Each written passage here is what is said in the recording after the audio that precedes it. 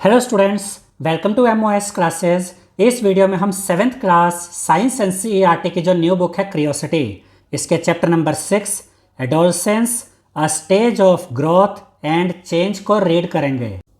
तो जैसे कि चैप्टर का नाम है एडोलसेंस, एडोलसेंस आपके जीवन का वो भाग, वो हिस्सा होता है जिसमें आपके अंदर चेंजेस आते हैं। ये फिजिकल चेंजेस भी होते हैं, ये इमोशनल चेंजेस भी होते हैं और इस दौरान आपकी ग्रोथ भी होती है, फिजिकल ग्रोथ भी होती है, इमोशनली भी आप ग्रो करते हैं। तो एडोलसेंस का ये जो पीरियड होता है, इसमें किस तरह के चेंजेस आते हैं, किस तरह से ग्रोथ होती है, इन सब चीज़ों के बारे में हम इस चैप्टर में रीड करेंगे।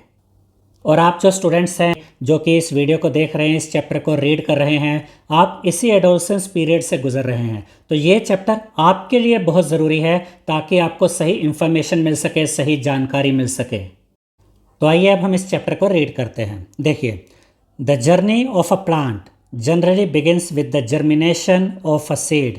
यानी कि किसी प्लांट की जो जर्नी स्टार्ट होती है, किसी प्लांट का जो जीवन स्टार्ट होता है, वो एक सीड के, एक बीज के जर्मिनेशन से स्टार्ट होता है विथ प्रॉपर नरिशमेंट। और जब उस जब सीड का जर्मिनेशन होता है, जब उस सीड को प्रॉपर नरिश किया जाता है, उसको न्यूट्रिशन मिलते हैं, the seed becomes a sapling. फिर वो एक सीड, एक बेबी प्लांट बन जाता है पहले, एंड देन मैच्योर्स, फिर वो मैच्योर होता है इनटू अ यंग प्लांट, फिर वो एक मैच्योर होकर एक यंग प्लांट बन जाता है। This journey is marked by some specific changes. और प्लांट में ये जो जर्नी होती है, सीड है, सीड से सैपलिंग बना, बेबी प्लांट कह सकते हैं इसको आप, सैपलिंग से फिर वो मैच्योर हुआ, यंग प्लांट बना, इस दौरान कुछ स्पेसिफिक चेंजेस आते हैं एक प्लांट के अंदर। अब आगे देखिए, some of the visible changes are an increase in its height. कुछ विजिबल चेंजेस होते हैं जो कि हम देख सकते हैं, जैसे कि प्लांट की हाइट बढ़ने लगती है, the appearance of more leaves, उसके ऊपर और ज़्यादा पत्तियाँ आने लगती है प्लांट के ऊपर, and the development of flowers, और उस पर फ्लावर भी आने लगते हैं, फ्रूट्स आने लगते हैं, एंड न्यू सीड्स भी आने लगते हैं। From these seeds new plant emerge. और ये जो प्लांट के ऊपर नए सीड्स आते हैं, इन सीड्स से फिर और नए प्लांट बनते हैं। अब इसके बाद देखिए क्या बताया गया है।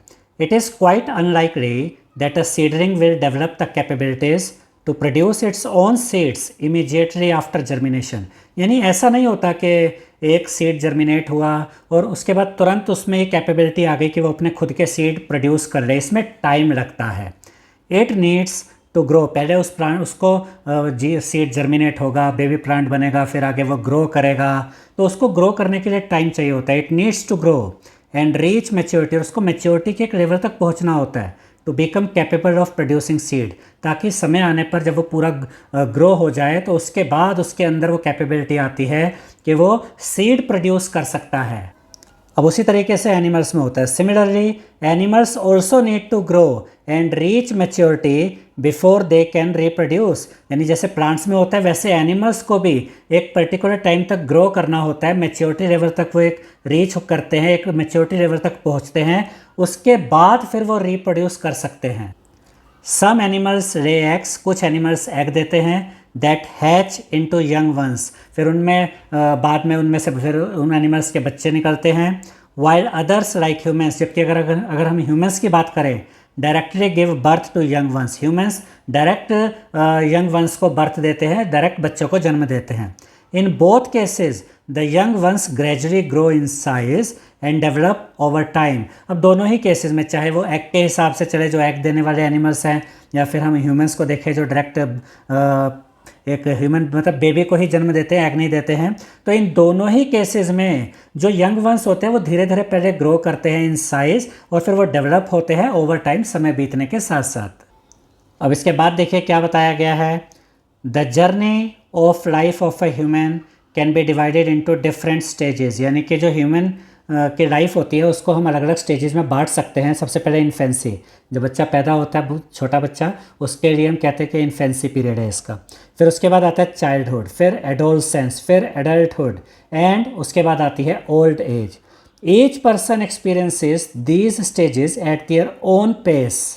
और हर ह्यूमन बीइंग, हर व्यक्ति इन सभी स्टेजेस से होकर गुजरता है। इन्फेंसी, फिर चाइल्डहुड, फिर एडोलसेंस, फिर एडल्टहुड एंड ओल्ड एज से होकर हर व्यक्ति गुजरता है। And the duration of each stage may vary from one individual to another. अब जितनी भी ये स्टेजेस हमने देखी, infancy, childhood, adolescence, adulthood, old age, इन सब की जो ड्यूरेशन होती है वो हर व्यक्ति के कुछ अलग अलग हो सकती है। अब आगे देखिए, from infancy to adulthood our bodies undergo various changes. Infancy से लेकर एडल्टहुड होने तक हमारी जो बॉडी है उसमें बहुत सारे चेंजेस आते हैं, हमारी बॉडी बहुत सारे चेंजेस से गुजरती है। अब आगे देखिए, until around 10 to 12 years of age, यानी 10 से 12 साल की एज तक most changes are related to height and weight. यानी कि जब आपकी उम्र 10 से 12 साल तक होती है तब तक ज़्यादातर जो चेंजेस आते हैं वो हाइट और वेट के हिसाब से होते हैं। अब उसके बाद देखिए, after this other noticeable changes begin to occur. इसके बाद कुछ और ऐसे चेंजेस आने शुरू होते हैं जो कि साफ नज़र आते हैं, marking the onset of adolescence, और पता चल जाता है कि अब ये एडोलसेंस का जो पीरियड है आपकी लाइफ का वो स्टार्ट हो गया है। अब देखिए एडोलसेंस में क्या होता है, this is a period of rapid growth and development. इसमें आपकी बड़ी तेज़ी से ग्रोथ, बड़ी तेज़ी से डेवलपमेंट होती है, typically occurring between the ages of 10 to 19। तो ये आपका जो पीरियड होता है एडोलसेंस, ये 10 से लेकर 19 के बीच का आपका ये पीरियड होता है। During adolescence the body prepares for adulthood, यानी ये जो एडोलसेंस पीरियड होता है इसमें आपकी बॉडी एडल्टहुड के लिए खुद को प्रिपेयर करती है। अब इसके बाद देखते हैं, humans like most other living beings can not reproduce immediately after their birth. यानी कि कई और लिविंग बींग्स की तरह जो ह्यूमंस भी होते हैं ये भी अपने बर्थ के एकदम बाद से रिप्रोडक्शन स्टार्ट नहीं कर देते हैं। Their bodies need to grow and reach a stage of maturity to be able to reproduce. पहले उनकी बॉडी को ग्रो होने की ज़रूरत होती है, एक मेच्योरिटी के स्टेज तक पहुंचने की ज़रूरत पड़ती है, उसके बाद वो रिप्रोडक्शन के लिए कैपेबल होते हैं। अब इसके बाद देखते हैं, एज ह्यूमंस ग्रो, जैसे जैसे ह्यूमंस ग्रो करते हैं, डेवलप होते हैं, they experience significant physical, emotional and behavioural changes. तो उनमें कुछ सिग्निफिकेंट फिजिकल चेंजेस आते हैं, इमोशनल चेंजेस आते हैं, बिहेवियर में उनके चेंज आता है, along with the ability to reproduce. और समय के साथ साथ जैसे जैसे वो ग्रो करते हैं, डेवलप करते हैं, उनके अंदर रिप्रोड्यूस करने के लिए भी एबिलिटी बनती है। इसके बाद देखिए, सम ऑफ दीज चेंजेस में बी क्वाइट क्लियरली ऑब्जर्वेबल। इनमें से कई चेंजेस तो स्पष्ट नज़र आ जाते हैं, क्लियर नज़र आ जाते हैं। While others occur internally and may go unnoticed. जबकि कुछ ऐसे चेंजेस भी होते हैं जो हमारी बॉडी में इंटरनली होते हैं, अंदर की तरफ होते हैं, जिनको हम नोटिस नहीं कर पाते। उसके बाद देखिए, in this chapter you will explore adolescence. इस चैप्टर में आप एडोलसेंस के बारे में समझेंगे, अंडरस्टैंड इट्स इंपॉर्टेंस, एडोलसेंस की क्या इंपॉर्टेंस होती है, क्या महत्व है, ये समझेंगे, and learn how to handle it with a sense of responsibility. और आप ये भी समझेंगे इस चैप्टर में कि किस तरीके से जो एडोलसेंस का जो आपका पीरियड होता है इसको आप किस तरीके से हैंडल कर सकते हैं विद सेंस ऑफ रिस्पॉन्सिबिलिटी के साथ। अब इसके बाद हम देखेंगे, growing with age the teenage years. यानी कि एज बढ़ने के साथ साथ जो आपके अंदर ये ग्रोथ होती है, ये जो आपके टीन एज ईयर्स होते हैं, जिस पीरियड से अभी आप गुजर रहे हैं, जबकि आप ये 8th क्लास में हैं तो ये आप टीन एज ईयर्स में हैं, तो इसमें किस तरीके से आपकी ग्रोथ होती है वो अब हम देखेंगे। देखिए, during the summer vacation Venkatesh visited his grand parents. यानी कि समर वेकेशन में वेंकटेश अपने ग्रैंड पेरेंट्स के घर पे गया। As he entered the house, जैसे ही वो उनके घर में घुसा, his 12-year-old cousin Devyani came running to greet him. तभी जैसे वो घर में घुसा तो उसकी 12 साल की जो उसकी एक कज़न हैं देवयानी, वो उससे मिलने के लिए आई, या ये कह सकते हैं उसके स्वागत के लिए आई। और देखिए देवयानी ने क्या कहा वेंकटेश से, Venkatesh you have a thin moustache now. Venkatesh अब तो तुम्हारी एक ये पतली सी मूछ भी आ रही है। Your voice has also changed, और तुम्हारी आवाज़ भी बदल गई है। अब वेंकटेश ने देवयानी से क्या कहा, you have become so tall Devyani. Devyani तुम बहुत लंबी हो गई हो। अब इसके बाद देखिए, let us try to understand this interesting conversation between Venkatesh and Devyani. यानी कि वेंकटेश और देवयानी के बीच में जो ये इंटरेस्टिंग कन्वर्सेशन हुई, जो ये इंटरेस्टिंग बातचीत हुई, अब हम इसको समझने की कोशिश करते हैं। अब इसके बाद यहाँ पर ये एक एक्टिविटी दी गई है, take a jar and some paper slips. एक जार लीजिए और कुछ पेपर स्लिप्स लीजिए। Write down the changes you can notice among students as they go from grade 5 to 8। यानी कि ग्रेड 5 से 8 के दौरान स्टूडेंट्स में जो चेंजेस आते हैं उनको आप इन स्लिप्स के ऊपर लिखेंगे। This could be related to height, ये चेंजेस हाइट से रिलेटेड हो सकते हैं, स्ट्रेंथ से रिलेटेड हो सकते हैं, बिहेवियर से रिलेटेड हो सकते हैं, और एनी अदर एस्पेक्ट, और भी जो भी आपको इसके अलावा भी कोई चेंजेस नज़र आते हैं उससे रिलेटेड भी हो सकते हैं। Please avoid writing names on the slips, और आप इन स्लिप्स पर स्टूडेंट्स के नाम नहीं लिखेंगे। अब आगे देखते हैं। Fold the slips and place them in the jar, उन स्लिप्स को फोल्ड कीजिए और उनको स्लिप्स को जार में डाल दीजिए, और आपने इन स्लिप्स पर क्या लिखा है, जो चेंजेस आपको नज़र आते हैं वो चेंजेस आप यहाँ पर लिखेंगे। Mix all the slips received from the students in the class and unfold the collected slips one by one, यानी कि स्टूडेंट्स ने जो भी स्लिप्स आपको दिए, जो भी चेंजेस उन्होंने देखा कि वो उस पर लिखना चाहते हैं, उन्होंने लिख कर दिए, और फिर आपने क्या किया, उनको आपने एक एक करके अनफोल्ड किया उन स्लिप्स को, यानी एक एक करके खोला। पहले आपने उन स्लिप्स को मिक्स कर दिया जैसा कि यहाँ बताया गया है, और उसके बाद आपने एक एक करके उनको खोला।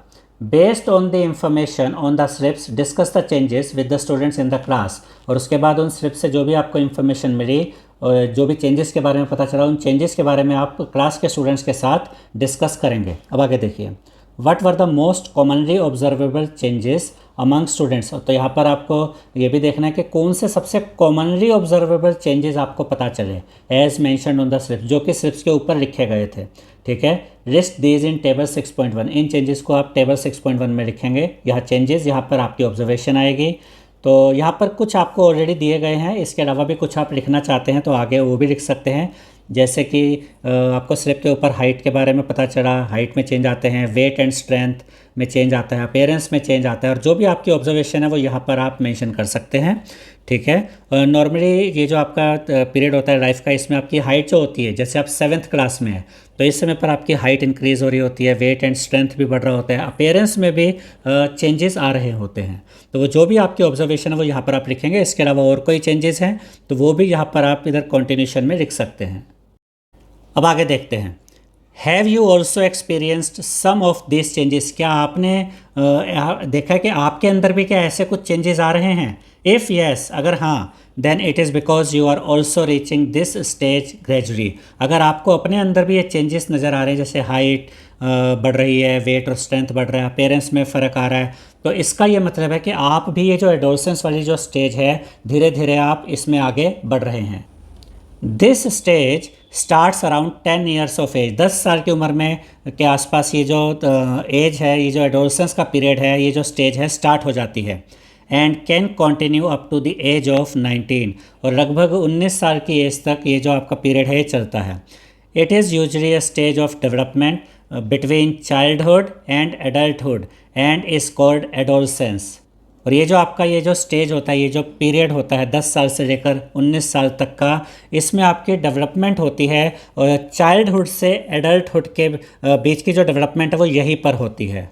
तो इस पीरियड को स्टेज ऑफ डेवलपमेंट भी कहा जाता है कि अब आप चाइल्डहुड से एडल्टहुड में एंट्री कर रहे हैं। तो एक पीरियड है जिसमें आपके अंदर चेंजेस आएंगे, और इस स्टेज को एडोलसेंस कहा जाता है, या इस पीरियड को एडोलसेंस कहा जाता है।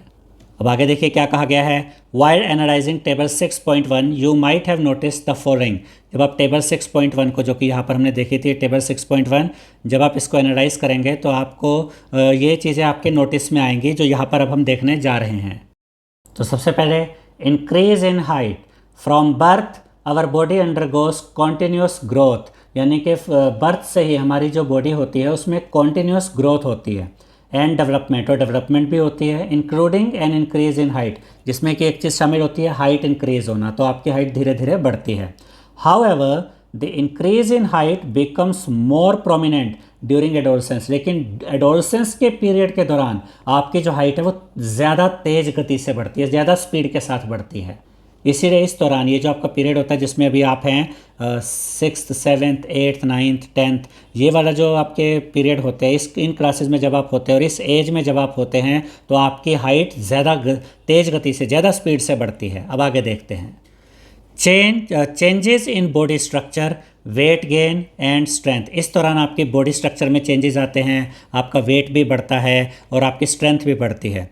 एज बॉयज़ ग्रोज, जैसे बॉयज़ ग्रो करते हैं, इट माइट बी सीन, तो ये उनमें साफ नज़र आता है, that along with growing taller, कि एक तो वो टॉल हो रहे होते हैं, लंबे हो रहे होते हैं, दे गेन वेट, उनका वेट भी बढ़ता है। Their shoulders might become a bit broader, उनके जो शोल्डर होते हैं वो भी अब चौड़े होने लगते हैं, यानी ब्रॉडर होने लगते हैं।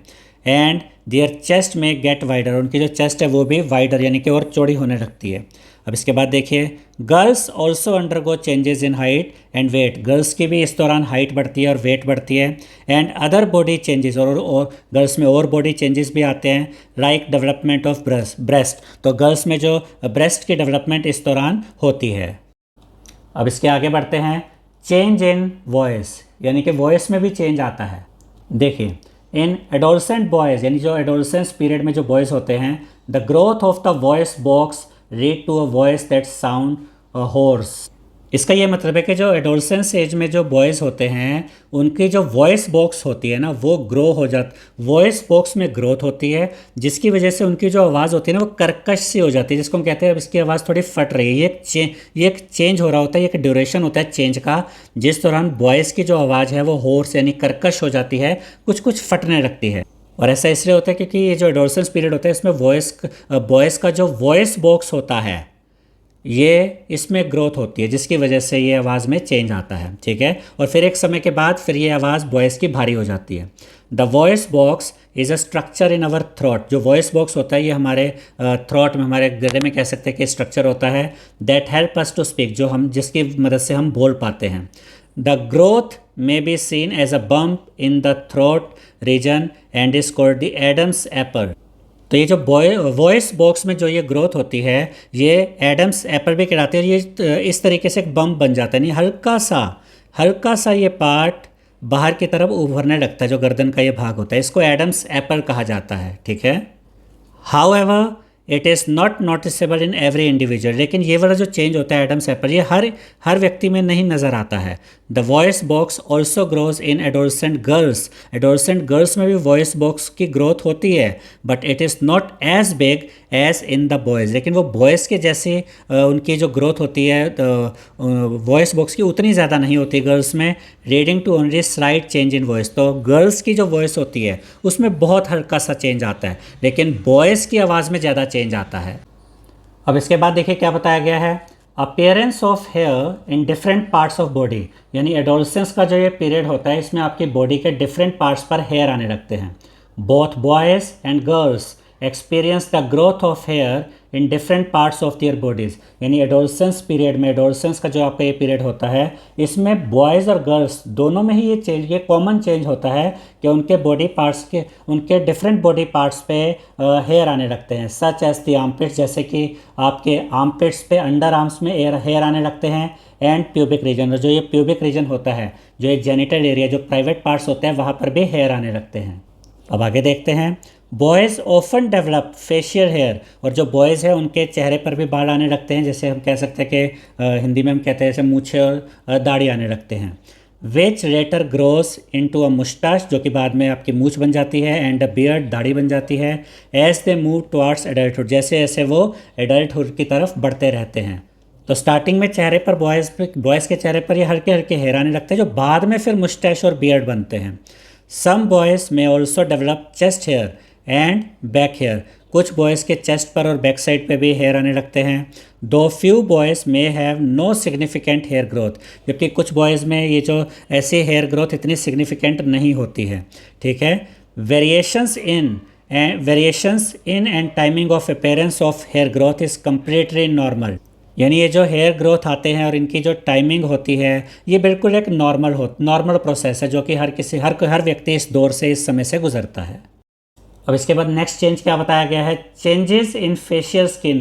तो इस एडोलसेंस पीरियड में फेशियल स्किन में भी चेंजेस आते हैं। ठीक है, एमरजेंस ऑफ पिंपल्स, और मुहासे आने लगते हैं, दाने आपके चेहरे पर आने लगते हैं, जैसे कि यहाँ पर आप देख सकते हैं। ठीक है, अब देखिए, another common occurrence during the adolescent years, ये एडोलसेंट ईयर्स के दौरान जो एक और कॉमन एक अक्रेंस होता है, जो चेंज आता है बॉडी में, इज़ अ स्किन कंडीशन। ये एक स्किन कंडीशन होती है कॉल्ड एक्ने, इसको एक्ने कहते हैं। इन विच, इसमें क्या होता है, स्मॉल रेडिश पिंपल्स अपीयर, अब रेडिश पिंपल आपके चेहरे पर नज़र आने लगते हैं, ये लाल रंग के कह सकते हैं, छोटे छोटे दाने होते हैं। ठीक है, these are commonly visible on the face, और ये फेस पर कॉमनली विजिबल होते हैं। Acne occurs due to an increase in oily secretions from the skin during adolescence that can clog the skin pores and lead to infections। अब acne होता क्या है, इसको यहाँ पर हम एक बार दोबारा देखते हैं और अच्छे से समझते हैं। Acne occurs due to an increase in oily secretions from the skin during adolescence. Adolescence period के दौरान आपकी जो स्किन है उसमें अब ज़्यादा ऑयल क्रिएट होने लगता है, ठीक है। That can clog the skin pores, जिससे कि स्किन के पोर्स बंद हो जाते हैं, एंड लेड टू इन्फेक्शन, जिसकी वजह से इन्फेक्शन हो जाता है और फाइनली फिर एक्ने यानी ये मुहासे आ जाते हैं। While acne is a condition, pimples are a manifestation of it. अब ये जो लास्ट लाइन है ना, इसका मतलब आप ध्यान से समझिएगा।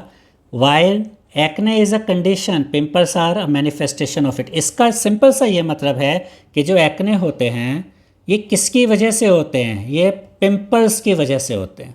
यानी कि पिंपल्स आए, आपको लाल लाल दाने हुए, और उसके बाद फिर वो अल्टीमेटली हम कहेंगे कि अब ये एक्ने बन गए हैं और फिर वो आपके चेहरे पर नज़र आते हैं। यानी कि पिंपल्स के आने पर एक्ने बन जाते हैं। तो ये जो आपका एडोलसेंस पीरियड होता है जिसमें पिंपल्स आते हैं, फिर ये एक्ने का जो एक कंडीशन बन जाता है, इसमें आपको चेहरे को अच्छे से वॉश करना चाहिए। जैसे कि यहाँ पर एक लाइन आई थी, देखिए कि जब आप एडोलसेंस पीरियड में होते हैं तो और ज़्यादा आपकी स्किन ऑयल बनती है, स्किन में और ज़्यादा ऑयल बनती है during adolescence, that can clog the skin pores. तो आपके जो स्किन पोर्स होते हैं ना, जो छोटे छोटे छेद होते हैं आपकी स्किन पे, ये कह सकते हैं कि थोड़े हम कह सकते हैं कि इनमें रुकावट पैदा होती है, ये गंदे हो जाते हैं। तो आपको चेहरे को हमेशा अच्छे से वॉश करना चाहिए एडोलसेंस पीरियड में, ताकि ये पिंपल्स या दूसरे शब्दों में कहें कि जो एक्ने की कंडीशन है ये उतनी ज़्यादा ना बने, नॉर्मल रहे, कंट्रोल में रहे। अब आगे बढ़ते हैं।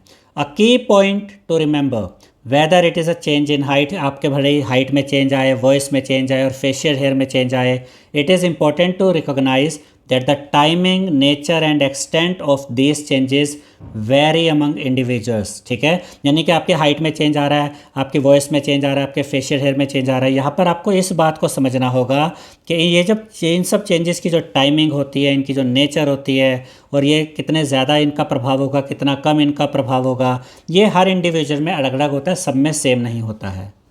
These variations are completely normal, और ये जो वेरिएशन होते हैं कि सब में अलग अलग तरीके के मतलब चेंजेस तो ये होते हैं, लेकिन किसी में ज़्यादा किसी में कम होते हैं, तो ये कम्प्लीटली नॉर्मल है। Each person experiences adolescence at his और हर ओन पेस, हर व्यक्ति एडोलसेंस को एक्सपीरियंस करता है अपनी खुद की एक पेस पे, यानी किसी में जल्दी हो जाते हैं चेंजेस, किसी में थोड़ा देर से होते हैं, किसी में ज़्यादा चेंजेस होते हैं, किसी में कम चेंजेस होते हैं। And its duration also varies from one person to another, इसकी जो ड्यूरेशन होती है ये भी सब में अलग अलग होती है। किसी में चेंजेस कुछ लंबे समय तक होते हैं, किसी में चेंजेस थोड़े समय के लिए होते हैं। अब आगे बढ़ते हैं, यहाँ देखिए क्या बताया गया है। Now we have understood some of the changes that take place during adolescence. अब हम बहुत से ऐसे चेंजेस को समझ चुके हैं जो कि एडोलसेंस के दौरान होते हैं, particularly those that are easily observable, खासतौर पे ऐसे चेंजेस जो कि आसानी से देखे जा सकते हैं। Some of these characteristics changes like change in voice, जैसा कि हमने ये चेंजेस के बारे में पढ़ा, चेंज इन वॉइस आता है, वॉइस में चेंज आता है। The growth of facial and chest hair in boys, और बॉयज़ में चेस्ट हेयर ग्रो करते हैं, फेशियल हेयर ग्रो करते हैं। And the development of breast in girls, और गर्ल्स में ब्रेस्ट डेवलपमेंट होती है, are not directly involved in the process of reproduction. अब ये जितने भी चेंजेस यहाँ पर हमने देखे, ये डायरेक्टली इन्वॉल्व नहीं होते हैं रिप्रोडक्शन के प्रोसेस में। यानी कि ये सारे चेंजेस ये तो बताते हैं कि अब आप ग्रो कर रहे हैं, आपकी बॉडी में चेंजेस आ रहे हैं, लेकिन ये चेंजेस जो अभी हमने देखे कि आवाज़ में चेंज आ रहा है, हाइट में चेंज आ रहा है, फेशियल और चेस्ट हेयर में चेंज आ रहा है, और गर्ल्स की ब्रेस्ट डेवलपमेंट हो रही है, ये सब चेंजेस तो होते हैं, लेकिन ये डायरेक्ट रिप्रोडक्शन प्रोसेस में इन्वॉल्व नहीं होते हैं। However these characteristics changes help distinguish male from females, लेकिन ये जो कैरेक्टरिस्टिक्स चेंजेस आते हैं ये मेल्स को फीमेल्स से अलग करते हैं। इसके बाद मेल और फीमेल का डिफरेंस क्रिएट होता है, पता चलता है। इसीलिए इनको क्या कहा जाता है, for this reason they are called, ये जो चेंजेस यहाँ हमने देखे इन चेंजेस को कहा जाता है सेकेंडरी सेक्सुअल कैरेक्टरिस्टिक्स। यानी कि चेंजेस आ रहे हैं, इससे बॉयज़ और गर्ल्स के बीच में जो डिफरेंस क्रिएट होता है वो पता चलता है, लेकिन ये चेंजेस रिप्रोडक्शन के प्रोसेस में डायरेक्टली इन्वॉल्व नहीं होते। ऐसे चेंजेस को हम कहते हैं सेकेंडरी सेक्सुअल कैरेक्टरिस्टिक्स। अब इसी के बारे में और भी बताया गया है। Secondary sexual characteristics are natural signs, ये नेचुरल साइंस होते हैं, सिग्नल होते हैं that the body is preparing for adulthood, के जो शरीर है, जो बॉडी है, वो एडल्टहुड के लिए खुद को तैयार कर रहा है। They mark the onset of puberty, इससे प्यूबर्टी स्टार्ट हो जाती है। प्यूबर्टी क्या है? Puberty is the stage in which the body of an adolescent undergoes external and internal changes to develop into an adult capable of reproduction। यानी कि puberty वो stage होती है जिसमें किसी एडल्ट की बॉडी की, जिसमें किसी एडोलसेंट, जिसमें जो जिस एज में अभी आप है, जिसमें किसी एडोलसेंट की जो बॉडी होती है उसमें एक्सटर्नल और इंटरनल चेंजेस आते हैं। और ये चेंजेस इसलिए आते हैं कि जो बॉडी है वो डेवलप हो जाए एक एडल्ट में जो कि कैपेबल हो रिप्रोडक्शन के लिए। इस स्टेज को हम प्यूबर्टी एज या प्यूबर्टी स्टेज कहते हैं। यानी कि इस समय जो आपकी बॉडी होती है ये खुद को तैयार कर रही होती है आने वाले समय के लिए, आपके एडल्टहुड के लिए, जब आप कैपेबल हो जाएंगे रिप्रोडक्शन के लिए। अब इसके बाद देखिए हम क्या पढ़ेंगे, changes that indicate reproductive capability. यानी कि आपके अंदर फिर ऐसे चेंजेस भी आने लगते हैं जो कि ये बताते हैं कि अब आपका जो शरीर है, अब आपकी जो बॉडी है वो रिप्रोडक्टिव कैपेबिलिटी के लिए अब तैयार होना स्टार्ट हो गई है। अब ये क्या चेंजेस होते हैं वो देखते हैं। Adolescence is marked not only by observable changes but also by internal changes that are not visible from the outside. यानी जब हम एडोलसेंस की बात करते हैं तो एडोलसेंस सिर्फ ऑब्जर्वेबल चेंजेस से पता नहीं चलता, बल्कि आपके इंटरनल चेंजेस भी आते हैं। आपकी बॉडी में कुछ ऐसे इंटरनल चेंजेस भी आते हैं जो कि बाहर से पता नहीं चलते, लेकिन उनसे भी इतना आइडिया हो जाता है इंटरनल चेंजेस से भी कि हाँ अब ये रिप्रोडक्टिव कैपेबिलिटी के लिए आपकी बॉडी अब खुद को तैयार कर रही है। One such change is the maturation of various parts involve in the process of reproduction. तो यहाँ पर ये उन चेंजेस के बारे में बताया गया है जो कि रिप्रोडक्शन के प्रोसेस में इन्वॉल्व होते हैं। जब इस तरीके के इंटरनल चेंजेस आते हैं तो उससे भी ये पता चलता है कि हाँ रिप्रोडक्टिव कैपेबिलिटी के लिए बॉडी तैयार हो रही है। जैसे फीमेल्स में इस समय पर जो ओवरीज हैं वो स्टार्ट हो जाती है, ओवरी वर्किंग स्टार्ट हो जाती है। ये इसको ऐसे भी कह सकते हैं, फीमेल्स में जो आपके इंटरनल ऑर्गन ओवरी का डेवलपमेंट हो जाता है तो ये एक इंटरनल प्रोसेस, इंटरनल चेंज है। इसी तरीके से जो मेल्स होते हैं, जो बॉयज़ होते हैं, इनके भी रिप्रोडक्टिव ऑर्गन्स डेवलप हो जाते हैं। ठीक है, अब आगे देखते हैं। Both boys and girls experience such changes gradually. यानी कि बॉयज़ और गर्ल्स दोनों में ही ये जो चेंजेस होते हैं वो इनको एक्सपीरियंस करते हैं, उनमें ये चेंजेस आते हैं ग्रेजुअली, मतलब धीरे धीरे। And these changes are a natural part of the process of growing up. और जो आप ये ग्रो कर रहे हैं, आपकी जो ग्रोइंग अप का जो ये प्रोसेस है, ये जो चेंजेस आपके अंदर आ रहे हैं, फिर चाहे वो एक्सटर्नल चेंजेस हो जो बाहर से नज़र आते हैं या फिर इंटरनल चेंजेस हो जो आपकी बॉडी के अंदर की तरफ होते हैं, बाहर से डायरेक्ट नज़र नहीं आते, तो ये आपके जो ग्रोइंग अप का जो आपका प्रोसेस है, आप जो ग्रो कर रही है, उसका एक नेचुरल पार्ट है। अब इसके बाद देखिए, an important internal change associated with adolescent girls is the onset of the menstrual cycle. यानी कि अगर हम बात करते हैं एडोलसेंट गर्ल्स की तो उनमें जो एक बहुत इंपॉर्टेंट चेंज आता है वो होता है कि उन एडोलसेंट गर्ल्स में मेंस्ट्रुअल साइकिल स्टार्ट हो जाता है, जिसको हम पीरियड भी कहते हैं, जो यहाँ पर ये लिखा भी हुआ है। ठीक है, ये सिर्फ गर्ल्स में होता है, याद रखिएगा। It recurs generally every 28 to 30 days and is more commonly known as the period.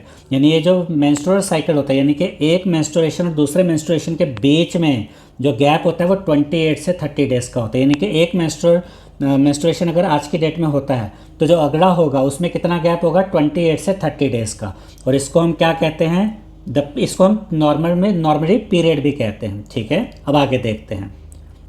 अब इसके बाद क्या बताया गया वो चेक करते हैं। Many healthy girls may have longer or shorter menstrual cycles ranging from 21 to 35 days। यानी कि जो menstrual cycle के दो menstruation के बीच का जो गैप होता है वो healthy girls में 21 से 35 डेज़ का भी हो सकता है। तो जैसे यहाँ पर हमने देखा नॉर्मली ये गैप 28 से 30 डेज़ का होता है, तो अगर किसी में ये गैप 21 डेज़ का है या 25 डेज़ का या 35 डेज़ का, तो इसका ये मतलब नहीं कि उस गर्ल की हेल्थ अच्छी नहीं है। हेल्दी गर्ल्स में ये वाला भी दो मेंस्ट्रुएशन के बीच का पीरियड हो सकता है 28 to 30 डेज़, या फिर हेल्दी गर्ल्स में ये वाला गैप भी हो सकता है 21 से 35 डेज़ का भी नॉर्मल, यानी कि हेल्दी गर्ल ही उनको माना जाना चाहिए, उसमें कोई प्रॉब्लम नहीं है। अब आगे देखते हैं। The menstrual cycle is an important natural process and is one of the science of good reproductive health.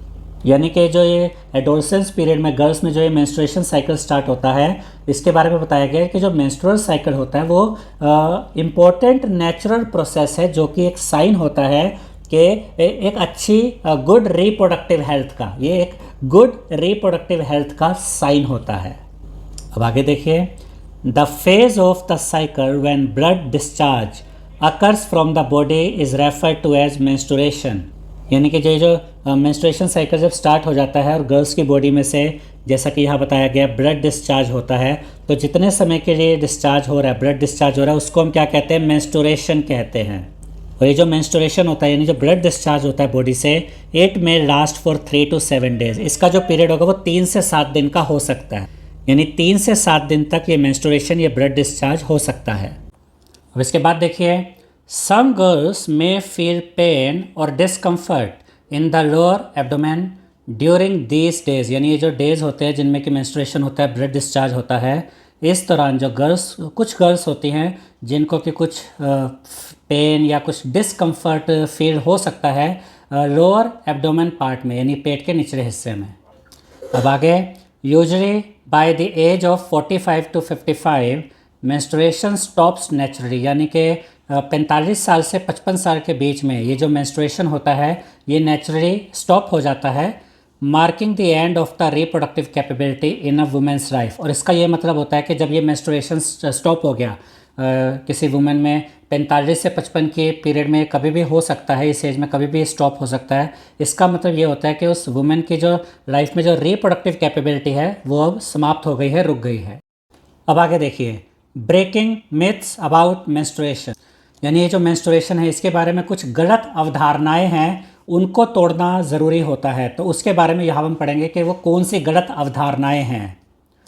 There are many wrong beliefs about menstruation that often lead to unnecessary fear, shame और even guilt. यानी कि menstruation से संबंधित कुछ बहुत ही गलत विचार, बहुत ही रॉन्ग बिलीफ है जो कि समाज में फैले हुए हैं, जिनकी वजह से जो गैर ज़रूरी अननेसेसरी फियर है, डर है या शेम है, या कई बार तो गिल्ट की भावना आती है, जबकि ऐसा कुछ भी नहीं होना चाहिए। ये तो बिल्कुल एक नेचुरल प्रोसेस है, ना इसमें किसी को कोई डर होना चाहिए, ना कोई शेम होनी चाहिए, ना कोई गिल्ट की भावना होनी चाहिए। और समाज में ये जो गलत अवधारणाएं फैली हुई है इनको भी ख़त्म करने की ज़रूरत है। These beliefs have given rise to certain myths and taboos। अब ये जो गलत विचार समाज में फैले हुए हैं मेंस्ट्रुएशन से रिलेटेड, इसकी वजह से कई गलत कह सकते हैं परंपराएं या कई गलत जो है अवधारणाएं समाज में जड़ें जमा चुकी है, फैल चुकी हैं। Among such myths and taboos, physical isolation of menstruating girl is unfortunately still quite prevalent। और ऐसी गलत अवधारणाओं में एक है कि अगर किसी गर्ल्स के पीरियड्स चल रहे हैं, मेंस्ट्रुएशन उसका है, तो उस समय पर उसको सबसे अलग रखा जाए। आज भी ये समाज में फैला हुआ है, हालांकि ये बिल्कुल गलत है, ऐसा नहीं होना चाहिए। और ऐसा क्यों गलत है और ऐसा क्यों हमें इन चीज़ों को रोकना चाहिए, जो गलत अवधारणा इनको क्यों रोकना चाहिए, उसका आंसर यहाँ मिलेगा। Menstruation is a natural process, ये एक नेचुरल प्रोसेस है, and such myths have no scientific basis. और ये जो मिथ्स बना दी गई हैं, ये जो गलत अवधारणाएं बना दी गई है, इनका कोई साइंटिफिक बेस भी नहीं है। By encouraging a scientific outlook towards menstruation, यानी कि अगर हम साइंटिफिक आउटलुक के हिसाब से मेंस्ट्रुएशन को देखते हैं और इसके बारे में लोगों को एनकरेज करते हैं, we can help society appreciate the need to promote good reproductive health of women and contribute positively towards a healthier lifestyle for women. यानी कि हमें सोसाइटी में इस बात को प्रमोट करना चाहिए कि ये एक नेचुरल प्रोसेस है, और हमें प्रमोट करना चाहिए विमेन की गुड रिप्रोडक्टिव हेल्थ के बारे में, और विमेन की हेल्थियर लाइफस्टाइल के बारे में भी हमें पॉजिटिवली कंट्रीब्यूट करना चाहिए। यानी लोगों में ये सही शिक्षा जानी चाहिए कि इसमें कुछ भी गलत नहीं है, बल्कि ये एक नेचुरल प्रोसेस है और ये हेल्थी लाइफ का साइन होता है। अब इसके बाद देखते हैं क्या कहा गया है। Adolescence is not just about physical changes or changes associated with reproductive capability, but also about emotional and behavioral changes। यानी जब हम एडोलसेंस की बात करते हैं तो एडोलसेंस में फिजिकल चेंजेस भी आते हैं और ऐसे चेंजेस भी आते हैं जो रिप्रोडक्टिव कैपेबिलिटीज से संबंधित होते हैं। लेकिन सिर्फ इतना ही नहीं होता, इसके अलावा एडोलसेंस में आपके अंदर इमोशनल चेंजेस भी आते हैं और आपके बिहेवियर में भी चेंजेस आते हैं। Let us discuss them. अब हम इन्हीं के बारे में डिस्कस करेंगे। Emotional and behavioural changes in adolescence, यानी एडोलसेंस में जिस एज में आप है, जिस पीरियड में आप है, एडोलसेंट्स में जो इमोशनल और बिहेवियरल चेंजेस आते हैं हम उनके बारे में पढ़ने जा रहे हैं। यहाँ पर हमें ये एक्टिविटी दी गई है।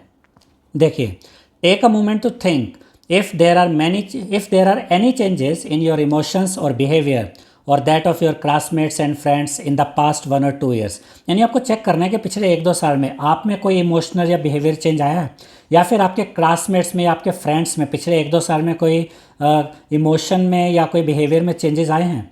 These changes may be exciting, ये चेंजेस एक्साइटिंग हो सकते हैं, कंफ्यूजिंग भी हो सकते हैं, या फिर बोथ, दोनों भी हो सकते हैं। अब आगे देखिए, let us list some emotional changes in table 6.2। अब इस लिस्ट में ये जो यहाँ पर टेबल 6.2 में हमें कुछ इमोशनल चेंजेस यहाँ पर बताने हैं। 2 तो हमें दिए गए हैं, बाकी कुछ और लिखना चाहते हैं तो वो आप आगे लिख सकते हैं। तो इसमें हमें कुछ इमोशनल चेंजेस बताने हैं along with their probable effect on behaviour, और इन इमोशनल चेंजेस का हमारे बिहेवियर पर क्या इफेक्ट पड़ता है वो भी हमें बताना है, जैसा कि यहाँ कॉलम 2 में है। And ways for positive growth and development, और कैसे हम अपनी पॉजिटिव ग्रोथ कर सकते हैं, कैसे हम अपनी पॉजिटिव डेवलपमेंट कर सकते हैं, वो हमें इस 3rd कॉलम में यहाँ पर बताना है। पहला जो इमोशनल चेंज यहाँ बताया गया वो है मूड स्विंग। मूड स्विंग मतलब जब आप एडोलसेंस एज में होते हैं, एडोलसेंस पीरियड में होते हैं, तो उस समय कभी आप का किसी और काम को करने में इंटरेस्ट होता है, थोड़े टाइम बाद आपको लगता है नहीं अब तो मेरे को ये काम दूसरा जो है वो ज़्यादा अट्रैक्टिव लग रहा है, तो आपका जो मूड इस तरीके से चेंज होता है। तो इसका जो इफेक्ट पड़ता है आपके बिहेवियर पे वो क्या होता है, engage in varied activities like music, dance और स्पोर्ट्स। तो आपका क्योंकि मूड स्विंग होता रहता है, इसकी वजह से आप कई अलग अलग एक्टिविटीज़ में इन्वॉल्व हो जाते हैं, जैसे कि कभी म्यूज़िक में, कभी डांस में, कभी स्पोर्ट्स में, और एक्चुअली समय बीतने के साथ साथ फिर फाइनली आप इस बात को जज कर पाते हैं कि हाँ आपका इंटरेस्ट वाकई किस चीज़ में है। लेकिन इस दौरान आपका जो मूड है वो बार बार बदलता है। अब इसको हम पॉजिटिवली कैसे इसको यूज़ कर सकते हैं कि जो मूड स्विंग हो रहा है, सेल्फ एक्सप्लोरेशन, यानी कि अपने आप को जांचिए क्या सबसे ज़्यादा इंटरेस्ट किस चीज़ में, वो कौन सा काम है जो वाकई आप करना चाह रहे हैं, जिसमें करियर बनाना चाहते हैं। And involvement in activities that में lead to creativity and innovation, फिर आपको ऐसी एक्टिविटीज़ में इन्वॉल्वमेंट लेनी चाहिए जिससे कि आप क्रिएटिविटी और इनोवेशन में आगे बढ़ते जाए। यानी कि एक टाइम ये जो टाइम होता है ना आपका, इसमें कभी आप कहेंगे मुझे म्यूज़िक सीखना है, कभी लगता है नहीं अब मेरा डांस में इंटरेस्ट है, कभी लगता है नहीं मेरे को तो स्पोर्ट्स में जाना है। तो आपको खुद ये चीज़ें ढूंढनी होंगी कि आप किस में सबसे ज़्यादा आगे बढ़ना चाहते हैं, क्योंकि बहुत सारे ऑप्शन दिमाग में घूमेंगे, और फिर जिस काम को आप सोचते हैं कि नहीं इसमें वाकई मेरा इंटरेस्ट है, फिर उसमें और ज़्यादा इन्वॉल्व होइए, फिर उसमें और ज़्यादा क्रिएटिविटी और इनोवेशन आप लेकर आ सकते हैं। उसके बाद जो अगला इमोशनल चेंज है वो है स्ट्रॉन्ग इमोशंस। देखिए एडोलसेंस एज में आपके इमोशंस काफ़ी स्ट्रॉन्ग हो जाते हैं, कभी बड़ी जल्दी गुस्सा भी आ जाता है, कभी एकदम आप खुश हो जाते हैं, कई चीज़ों को लेकर बहुत सेंसिटिव हो जाते हैं। तो ये जो स्ट्रॉन्ग इमोशंस होता है इसका जो बिहेवियरल इफेक्ट है वो क्या है, इंक्रीज सेंसिटिविटी। कुछ चीज़ों को लेकर आप बहुत ज़्यादा सेंसिटिव हो जाते हैं, उनके लिए आपके मन में बहुत ज़्यादा सॉफ्ट कॉर्नर आ जाता है। ठीक है, तो इसको पॉजिटिवली हम कैसे यूज़ कर सकते हैं, कंपैशन, जिस चीज़ के लिए आप बहुत सेंसिटिव है, जिसके लिए बहुत इमोशनल स्ट्रॉन्ग इमोशंस है आपके अंदर, उनके लिए आप कुछ करिए, कंपैशन लेकर आइए, यानी ऐसे कामों को करिए जिनमें कि आप वाकई आपके इमोशन स्ट्रॉन्ग है, जैसे कि इन्वॉल्वमेंट इन सोशल वर्क। आप सोशल वर्क में जा सकते हैं, आप गरीब लोगों को देखते हैं तो आपके मन में आता है कि इनके लिए कुछ करना चाहिए, जिनके पास सुख सुविधाएं नहीं है उनके लिए कुछ करना चाहिए, तो इनके साथ आप कुछ काम कर सकते हैं, इनके लिए काम कर सकते हैं, सोशल वर्क में आप जा सकते हैं। तो अपने इन स्ट्रॉन्ग इमोशंस को, जो आपकी ये सेंसिटिविटी आपके अंदर बढ़ जाती है, इस चीज़ को आप इस तरीके से पॉजिटिव वे में यूज़ कर सकते हैं। इसके अलावा कोई इमोशनल चेंज जो आप सोच सकते हैं वो भी यहाँ पर आप लिख सकते हैं, फिर उनके क्या बिहेवियरल इफेक्ट है वो यहाँ लिख सकते हैं, पॉजिटिवली कैसे यूज़ कर सकते हैं इसको वो भी यहाँ पर आप लिख सकते हैं। अब इसके बाद देखिए क्या बताया गया है, वाइल डिस्कसिंग टेबल 6.2, जब आप ये टेबल 6.2 डिस्कस करते हैं, you may have explored the diverse behavioural changes in adolescents. तो आपको पता चलता है कि एडोलसेंट्स में कितने बिहेवियरल चेंजेस आते हैं। This is because adolescence is often marked by stronger emotions than childhood. इसलिए कहा जाता है कि एडोलसेंस का जो पीरियड होता है इसमें आपके इमोशंस बहुत ज़्यादा स्ट्रॉन्गर होते हैं इन कंपैरिजन टू आपके चाइल्डहुड के। जब आप छोटे थे तब आपके इमोशंस इतने स्ट्रॉन्ग नहीं थे जितने कि एडोलसेंस पीरियड में आपके इमोशंस स्ट्रॉन्ग हो जाते हैं। These emotions might affect adolescents behaviour, यानी कि ये जो आपके इमोशंस होते हैं इससे आपके बिहेवियर, एडोलसेंट्स के बिहेवियर पे भी प्रभाव पड़ता है। Like taking up joining social initiatives. इसके बाद आपके मन में आता है कि हमें सोशल इनिशिएटिव्स लेने हैं, ज़रूरतमंदों की मदद करनी है, वही यहाँ लिखा है। टू सपोर्ट द नीडी, कि हमें ज़रूरतमंदों की मदद करनी है। एंड द डिसएडवांटेज, यानी कि ऐसे लोग जिनको हमारी ज़रूरत है हम उनके पास जाएँ, उनकी मदद करें। और developing deeper interest in new areas, या फिर एडोलसेंस एज में, एडोलसेंस पीरियड में आपके और कई नए एरियाज़ में आपका जो इंटरेस्ट है वो और ज़्यादा गहरा होता जाता है। अब आगे देखिए, understanding how our emotions influence our behaviour and actions, यानी अगर हम इस बात को समझ जाते हैं कि कैसे हमारे इमोशंस प्रभावित करते हैं हमारे बिहेवियर को, हमारे एक्शंस को, can help us make better choices. अगर हम इस बात को समझ जाते हैं कि हमारे इमोशन से हमारा बिहेवियर, हमारे एक्शंस प्रभावित होते हैं, तो इससे हम और ज़्यादा बेटर चॉइसेस बना सकते हैं, यानी और ज़्यादा समझदारी के साथ हम अपने डिसीजन ले सकते हैं। And respond to situations thoughtfully, और अपनी जो सिचुएशंस होती है उनको भी हम सोच विचार करके उसके हिसाब से उन सिचुएशंस में रिस्पॉन्ड कर सकते हैं, रिएक्ट कर सकते हैं। अब इसके बाद देखिए मैं क्या बताया गया है, मेकिंग एडोलसेंस अ जॉयफुल एक्सपीरियंस, यानी आप अपने इस एडोलसेंस पीरियड को एक जॉयफुल एक्सपीरियंस कैसे बना सकते हैं, आनंद का एक्सपीरियंस कैसे बना सकते हैं। The journey of adolescence is a unique experience, ये जो आपकी जर्नी होती है एडोलसेंस की, एक यूनिक एक्सपीरियंस होता है। Heightened curiosity and excitement during this stage of life give adolescents a new view point towards almost every thing around them, यानी ये जो आपका एडोलसेंस पीरियड होता है इसमें आपकी क्यूरियोसिटी बहुत हाई होती है, आपकी एक्साइटमेंट बहुत हाई होती है, जिसकी वजह से जो आप एडोलसेंट्स होते हैं आप अपने आसपास की हर चीज़ को एक न्यू व्यू पॉइंट से देखते हैं, एक नए नज़रिए से देखते हैं। अब इसके बाद देखिए, good habits, thoughtful decisions and small actions can have a powerful positive impact on the overall well being of adolescents, यानी कि अगर आप ये जो एडोलसेंस पीरियड होता है उसमें अगर आप गुड हैबिट्स को अपना लेते हैं, सोच विचार करके डिसीजंस लेते हैं और छोटे छोटे एक्शंस पर अपना ध्यान रखते हैं, ध्यान से हर काम को करते हैं, तो इन सब चीज़ों के पावरफुल पॉजिटिव इम्पैक्ट पड़ता है एडोलसेंट्स की वेल बीइंग पर, यानी इससे आपके ऊपर पावरफुल पॉजिटिव इम्पैक्ट पड़ता है आप एडोलसेंट्स पे। तो आपको इस एज में, इस पीरियड में अच्छी हैबिट्स अपनानी चाहिए, हर काम को सोच विचार करके करना चाहिए, छोटी छोटी बातों पर भी ध्यान रखना चाहिए। अब इसमें क्या क्या चीज़ें आ जाती है वो देखते हैं, let us know about them. देखिए, मीटिंग न्यूट्रिशनल नीड्स, जैसे यह कहा गया ना छोटी छोटी बातों पर भी ध्यान रखना, तो इसमें आपके न्यूट्रिशनल नीड भी आ जाती है जो आपकी बॉडी की अच्छी ग्रोथ के लिए ज़रूरी होते हैं। तो देखिए इसके बारे में क्या कहा गया है, in grade 6 chapter mindful eating a path to a healthy body, यानी कि क्लास 6 में जो ये चैप्टर आपने पढ़ा था क्यूरियोसिटी बुक में, mindful eating a path to a healthy body, जो learned about the need for a healthy diet, तो उसमें आपने देखा था कि हेल्दी डाइट की क्या ज़रूरत होती है, उसका क्या महत्व होता है। Since adolescence is a period of growth and development marked by several changes in the body, यानी ये जो एडोलसेंस का जो पीरियड होता है ये पीरियड होता है ग्रोथ का, डेवलपमेंट का, और इसमें बॉडी में बहुत सारे चेंजेस आते हैं। A nutritious diet is of the utmost importance, तो एडोलसेंस पीरियड में जो न्यूट्रिशियस डाइट होती है वो बहुत ज़्यादा ज़रूरी होती है।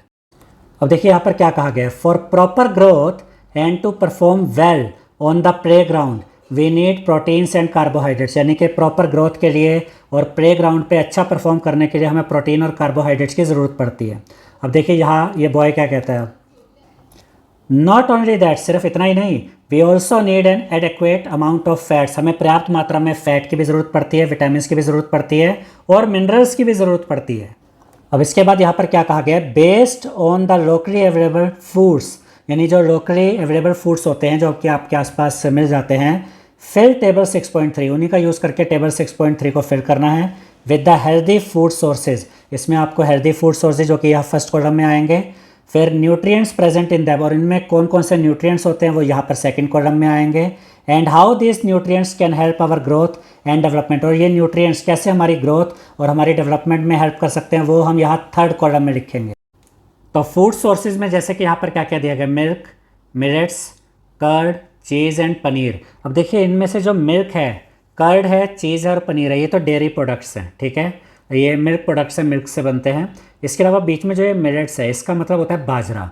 अब इनसे आपको क्या क्या न्यूट्रिएंट्स मिलते हैं, तो पहले हम डेयरी प्रोडक्ट की बात कर लेते हैं कि जो डेयरी प्रोडक्ट्स हैं, milk, curd, cheese and paneer, इससे आपको कैल्शियम मिलता है, यह ऑलरेडी दिया हुआ है, प्रोटीन मिलता है, फैट मिलता है। इसके अलावा क्या क्या मिलता है जो कि यहाँ पर आप लिख सकते हैं, इसके अलावा आप लिख सकते हैं विटामिन डी लिख सकते हैं यहाँ पर, और इसके अलावा आप पोटेशियम भी लिख सकते हैं, क्या, पोटेशियम।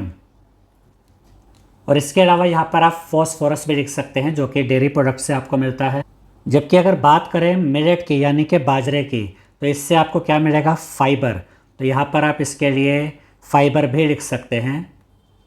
और उसके अलावा यहाँ पर आप कार्बोहाइड्रेट भी लिख सकते हैं, ठीक है, जो कि आपको मिलेट से मिलता है, कार्बोहाइड्रेट।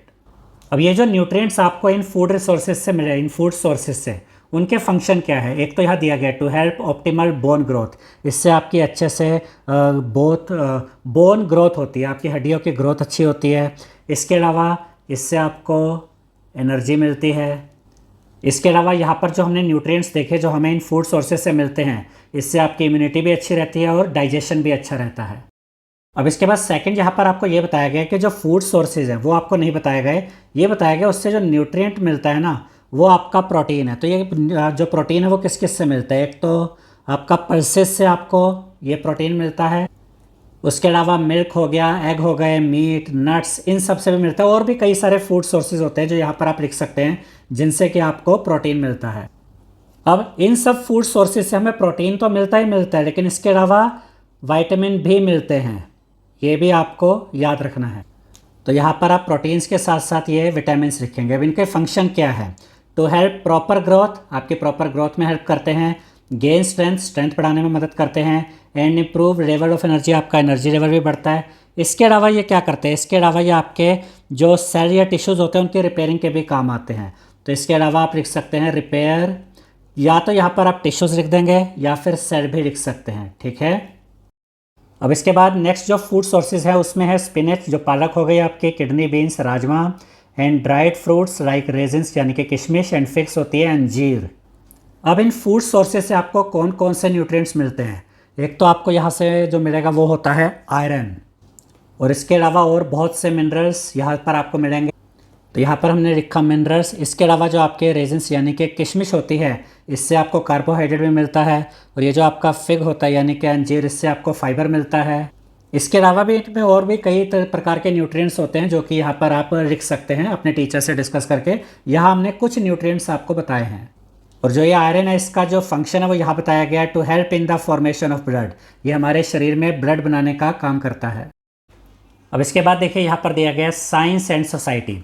एडोलसेंट्स स्पेशली गर्ल्स, यानी यहाँ पर स्पेशली एडोलसेंट्स गर्ल्स की बात हो रही है, मे sometimes suffer from blood related health problems, यानी कि जो एडोलसेंस पीरियड में जो गर्ल्स होती है उनके साथ ये ब्लड रिलेटेड हेल्थ प्रॉब्लम हो सकती हैं because of a deficiency of iron और vitamin B12 in the body. अगर उनके शरीर में आयरन और विटामिन B12 की कमी हो जाती है तब यह प्रॉब्लम उनके साथ हो सकती है, ठीक है।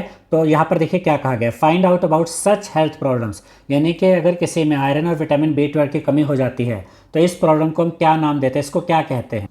तो यहाँ पर आप लिखेंगे एनीमिया, यानी कि अगर किसी के शरीर में आयरन और विटामिन B12 की कमी हो जाती है तो इसको हम कहते हैं एनीमिया। अब इसके बाद सेकंड देखिए, how can we manage iron deficiency in our body, हमारी बॉडी में हम अपनी आयरन डिफिशिएंसी को कैसे मैनेज कर सकते हैं। तो हमने कुछ एग्जांपल देखिए यहाँ पर लिखे, स्पिनच, नट्स या सीड्स का, आप अगर इन चीज़ों को खाते हैं तो आयरन की कमी पूरी हो जाती है, ठीक हो जाती है। इसके अलावा भी इसके और फूड सोर्सेज भी होते हैं जो कि आप अपने टीचर से डिस्कस कर सकते हैं। यहाँ पर हमने 3 आपको एग्जाम्पल बता दिए हैं। अब इसके बाद देखिए, find out about government schemes aim to prevent such deficiency, यानी ये जो हमने यहाँ पर देखा कि आयरन और विटामिन B12 की कमी से एनीमिया की प्रॉब्लम हो सकती है, तो इस तरह की डिफिशिएंसी को रोकने के लिए गवर्नमेंट की तरफ से क्या किया जा रहा है। तो गवर्नमेंट की तरफ से मिड डे मील की जो सर्विस है, मिड डे मील की सर्विस प्रोवाइड कराई जाती है ताकि किसी में भी आयरन की विटामिन B12 की कमी ना रहे और सब शारीरिक रूप से स्वस्थ रहे, किसी को भी एनीमिया की प्रॉब्लम बच्चों में ना रहे। तो गवर्नमेंट इसके लिए क्या करती है, मिड डे मील स्कीम चलाती है, स्कूलों में ये खाना प्रोवाइड किया जाता है। और इसमें यह भी ध्यान रखा जाता है कि आयरन और विटामिन B12 की कमी को पूरा किया जाए और ये प्रॉब्लम किसी के भी साथ ना रहे। अब इसके बाद यहाँ पर हमें एक साइंटिस्ट के बारे में बताया गया, know a scientist, Dorothy Hodgkin ये उनका नाम है, was a brilliant scientist who studied the structure of vitamin B12। इन्होंने विटामिन B12 के स्ट्रक्चर पे स्टडी की थी। In 1964 she became the third woman to win the Nobel Prize in the field of chemistry। और 1964 में वो तीसरी महिला बनी जिनको कि केमिस्ट्री की फील्ड में नोबेल प्राइज़ दिया गया था। Did you know that vitamin B12 is required for the proper functioning of the human body? क्या आप जानते हैं कि विटामिन B12 बहुत ज़रूरी होता है जिससे कि हमारी ह्यूमन बॉडी अच्छे से फंक्शन कर सके। Like most vitamins it can not be made in the human body and has to be obtained from the food we eat. और जैसे और ये जो हमारा विटामिन B12 होता है ये हमें हमारे खाने से मिलता है, ये हमें हमारे शरीर में ऐसे बनता नहीं है। ठीक है, discuss the sources of vitamin B12 with your teacher. अपने टीचर के साथ आप डिस्कस कर सकते हैं कि विटामिन B12 के कौन कौन से सोर्सेज होते हैं। वैसे यहाँ पर मैं आपको कुछ सोर्सेज बता देता हूँ, कुछ फूड सोर्सेज। अगर आप एनिमल प्रोडक्ट्स की बात करें विटामिन B12 के लिए तो मीट, फिश, इसके अलावा एग। ठीक है, इसके अलावा कुछ सर्टेन ब्रेकफास्ट सीरियल्स भी होते हैं, कुछ ऐसी दालें भी होती हैं। इसके अलावा प्लांट बेस्ड मिल्क्स भी होते हैं। ठीक है, और इसके अलावा आप अपने टीचर से भी डिस्कस कर सकते हैं, वो भी इसमें आपको कई सोर्सेज बता सकते हैं जिससे कि आपको विटामिन B12 मिलता है। अब इसके बाद हम पढ़ेंगे पर्सनल हाइजीन के बारे में, यानी कि हमें हमारे शरीर की साफ़ सफाई का भी ध्यान रखना चाहिए। Besides nutrition, personal hygiene is also crucially important during adolescence, यानी एडोलसेंस पीरियड के दौरान न्यूट्रिशन के अलावा हमारे शरीर की जो साफ़ सफाई है, पर्सनल हाइजीन है, वो भी बहुत ज़्यादा ज़रूरी होती है। मेंटेनिंग बॉडी हाइजीन, हमें अपने शरीर की साफ़ सफाई का ध्यान रखना चाहिए, particularly in the armpits and the pubic region. खास तौर पर आर्मपिट्स वाला एरिया और प्यूबिक रीजन जो प्राइवेट पार्ट्स वाला एरिया होता है, इनकी सफाई का खास तौर पर ध्यान रखना चाहिए। May protect us from potential infections, अगर हम अपनी बॉडी की हाइजीन का ध्यान रखते हैं, साफ़ सफाई का ध्यान रखते हैं, तो इससे हम कई तरह के इन्फेक्शन से बच सकते हैं। अब आगे देखिए, for girls maintaining proper hygiene during menstruation is essential for both comfort and health. खास तौर पे गर्ल्स के लिए यहाँ पर बताया गया है कि जो मेंस्ट्रुएशन का जो समय होता है उसमें अगर वो प्रॉपर हाइजीन अपना रखते हैं, प्रॉपर अपनी साफ़ सफाई का ध्यान रखते हैं, तो इससे उनको कंफर्टेबल भी फील होता है और ये उनकी हेल्थ के लिए भी अच्छा होता है। Menstrual hygiene can be maintained using items such as sanitary pads, जैसा कि फिगर 6.1 में यहाँ पर यह दिखाया गया है कि जो मेंस्ट्रुअल हाइजीन का जब ध्यान रखना चाहिए, जब मेंस्ट्रुएशन यानी पीरियड्स चल रहे हों तो उस समय पर ये सैनिटरी पैड का यूज़ किया जा सकता है। इससे आपकी जो है मेंस्ट्रुअल हाइजीन ओके रहती है, बनी रहती है। एंड रीयूजेबल क्लॉथ पैड्स, यानी कि एक तो आपका ये बताया गया कि सैनिटरी पैड यूज़ किए जा सकते हैं गर्ल्स के दौरान, पीरियड्स के दौरान, और उसके अलावा रीयूजेबल क्लॉथ पैड का भी यूज़ किया जा सकता है डिज़ाइन फॉर दिस पर्पस, जो इसी पर्पस के लिए बनाए जाते हैं।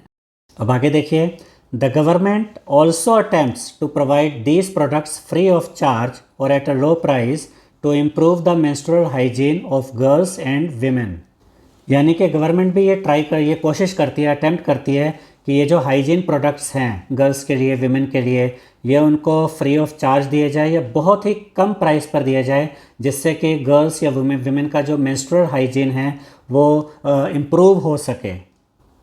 As a society we should all make efforts to ensure the availability of necessary facilities in school and public places, यानी कि एक सोसाइटी के रूप में हमें ये एफर्ट करना चाहिए, हमें ये प्रयास करना चाहिए कि ये जो ज़रूरी चीज़ें हैं, जैसा कि हमने यहाँ मेंस्ट्रुअल हाइजीन के बारे में पढ़ रहे हैं, ये सैनिटरी पैड्स हो गए या रीयूजेबल क्लॉथ पैड हो गए, ये स्कूल्स में भी ईजिली अवेलेबल होने चाहिए और पब्लिक प्लेसेस पर भी ये अवेलेबल होने चाहिए। टू प्रमोट मेंस्ट्रुअल हाइजीन, और इससे मेंस्ट्रुअल हाइजीन के बारे में इस प्रमोट किया जा सके, लोगों को जागरूक किया जा सके। Collectively we should move forward, यानी कि हमें एक साथ संयुक्त रूप से कलेक्टिवली आगे बढ़ना चाहिए।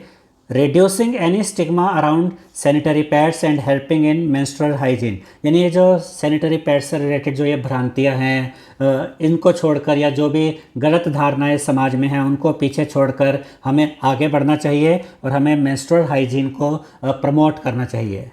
अब इसके बाद देखिए क्या बताया गया है, it is important to dispose of used sanitary pads properly, यानी जो यूज्ड सैनिटरी पैड्स होते हैं इनको प्रॉपरली इसको डिस्पोज करना चाहिए। By wrapping them in a newspaper, इनको रैप करके, पहले आप न्यूज़पेपर में इसको रैप कर लीजिए, जो यूज्ड सैनिटरी पैड्स है उनको न्यूज़पेपर में रैप करना चाहिए पहले, and disposing inside a dustbin, फिर उसको डस्टबिन में डाल देना चाहिए। This is to ensure community health and environment cleanness, तो अगर आप इस तरीके से ये यूज सैनिटरी पैड्स को डिस्पोज करते हैं, न्यूज़पेपर में रैप करके डस्टबिन में डाल देते हैं, तो इससे कम्युनिटी हेल्थ भी इंश्योर हो जाती है और जो हमारी एनवायरमेंटल क्लीनलीनेस है वो भी बनी रहती है। यानी कि यूज सैनिटरी पैड्स को ऐसे ओपनली ऐसे ही नहीं फेंक देना चाहिए।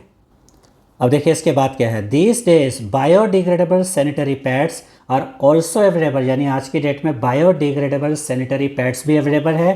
अब इनके फ़ायदे क्या होते हैं, दैट आर एनवायरनमेंट फ्रेंडली। ये जो बायोडिग्रेडेबल सैनिटरी पैड्स होते हैं ये एनवायरनमेंट फ्रेंडली होते हैं, ये एनवायरनमेंट को नुकसान नहीं पहुंचाते हैं।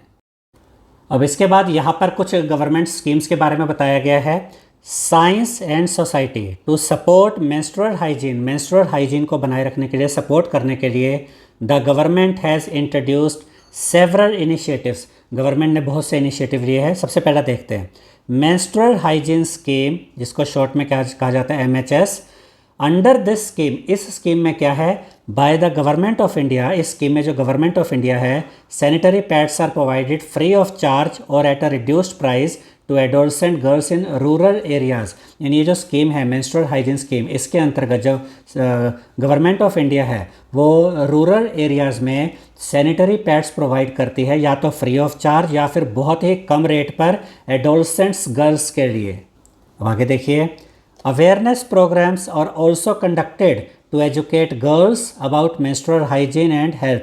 और ये मेंस्ट्रुअल हाइजीन स्कीम के अंतर्गत जो एडोलसेंट गर्ल्स हैं उनको, उनके लिए अवेयरनेस प्रोग्राम्स चलाए जाते हैं, उनको एजुकेट किया जाता है मेंस्ट्रुअल हाइजीन के बारे में और हेल्थ के बारे में। अब इसके बाद एक और स्कीम देखिए यहाँ पर, राष्ट्रीय किशोर स्वास्थ्य कार्यक्रम, जिसको शॉर्ट में कहते हैं RKSK। It aims to improve the overall health of adolescents, यानी कि इसके अंतर्गत जो ओवरऑल हेल्थ होती है एडोलसेंट्स की उसको इम्प्रूव करने पर ध्यान दिया जाता है, जिसमें इंक्लूडिंग होता है, including menstrual health and hygiene, यानी इसमें मेंस्ट्रुअल हेल्थ और हाइजीन को भी इंक्लूड किया गया है, इस पर भी बहुत ध्यान दिया जाता है। इट एनकरेजेस पीयर एजुकेशन, इसमें पीयर एजुकेशन पर भी ध्यान दिया जाता है, जिसमें कुछ पुराने स्टूडेंट्स, जो नए स्टूडेंट्स होते हैं जो एडोलसेंट एज में होते हैं उनको एजुकेट करते हैं। It encourages peer education where older students help younger ones learn about these topics, जहाँ पर जो ओल्डर स्टूडेंट्स होते हैं वो यंगर स्टूडेंट्स को इन टॉपिक्स पे उनको एजुकेट करते हैं।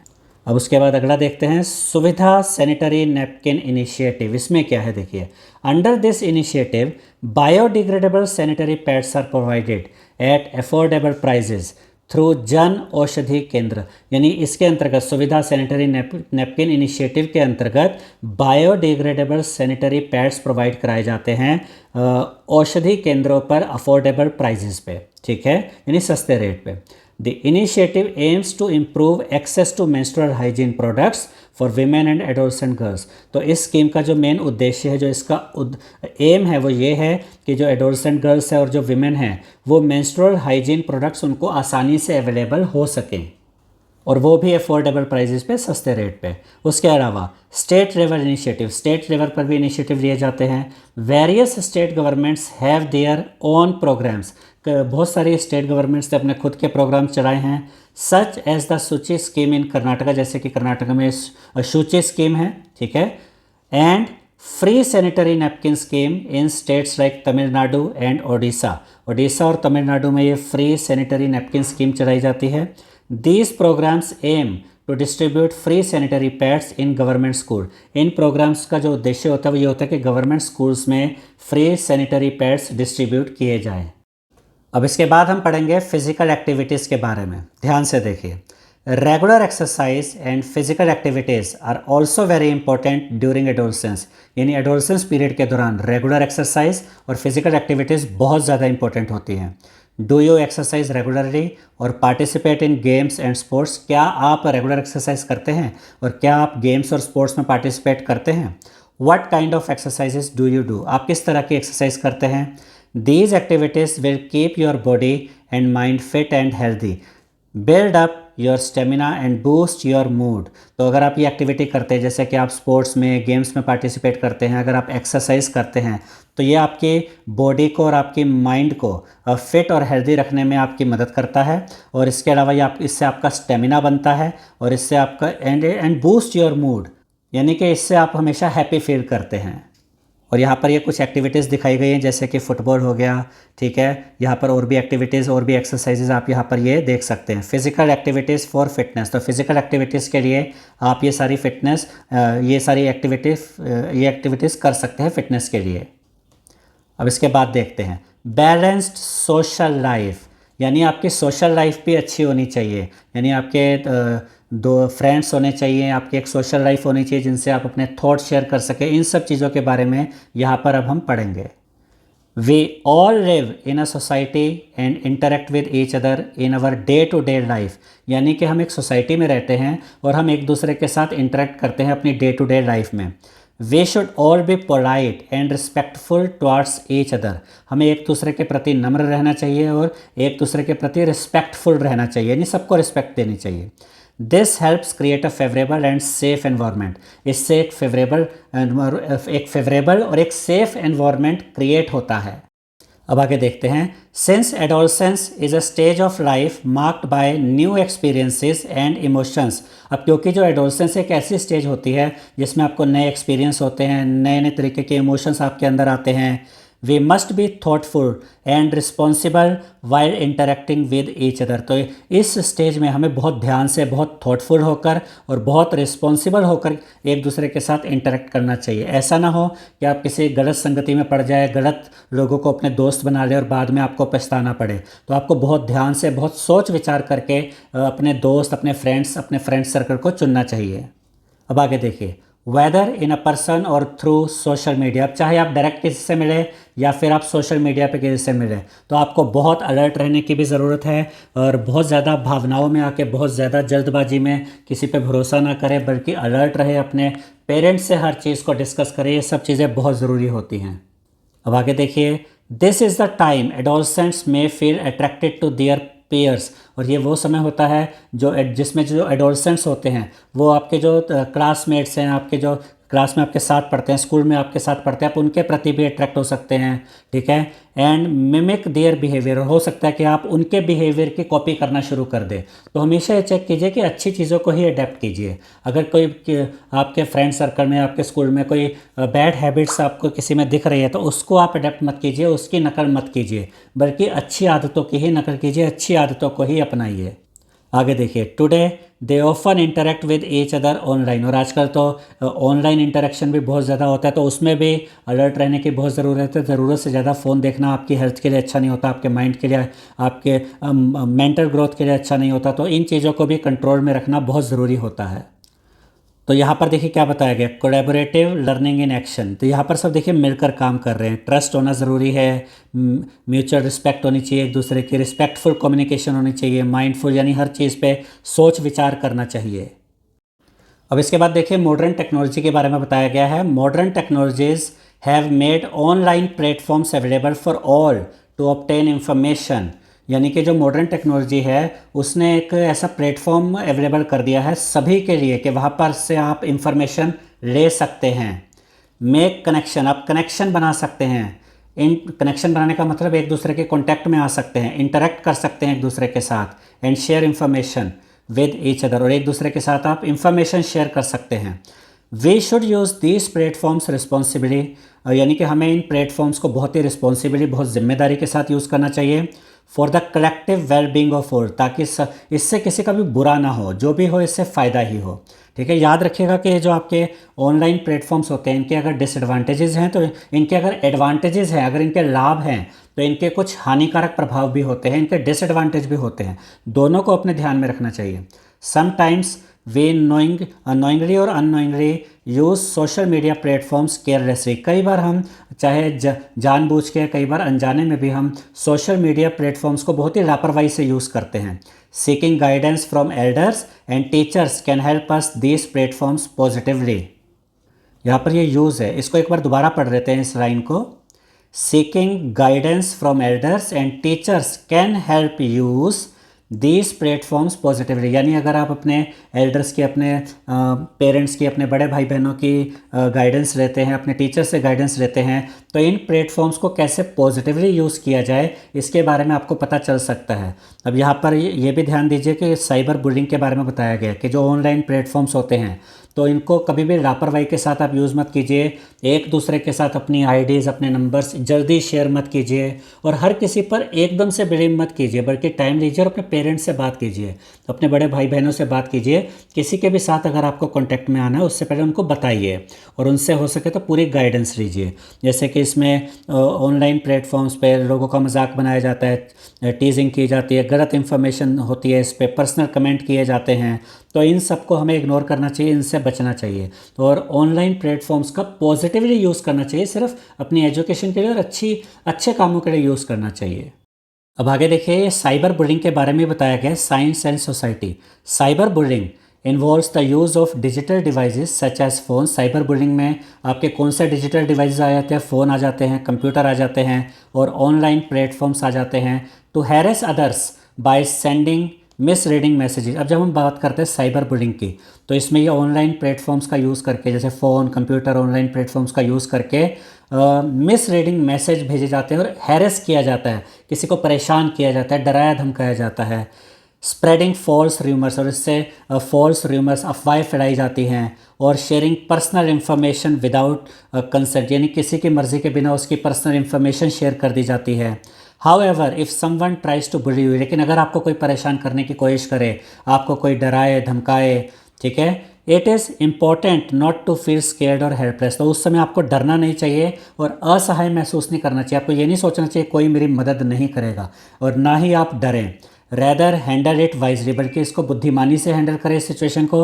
And seek help from parents and teacher, और अपने पेरेंट्स और अपने टीचर्स को इसके बारे में बताएं, अपने बड़े भाई बहनों को इसके बारे में बताएं और उनसे हेल्प लीजिए, ठीक है। Additionally you should be cautious when uploading any picture online और sharing personal information with strangers. और आपको बहुत ध्यान रखना चाहिए, बहुत ही अलर्ट रहना चाहिए जब भी आप ऑनलाइन अपनी कोई पिक्चर शेयर करते हैं, या अगर किसी स्ट्रेंजर के साथ आप कोई भी अपनी पर्सनल इन्फॉर्मेशन शेयर करते हैं, तो उससे पहले अलर्ट हो जाइए। अपने पेरेंट्स को, अपने टीचर्स को इस बारे में बताइए, अपने बड़े भाई बहनों को बताइए।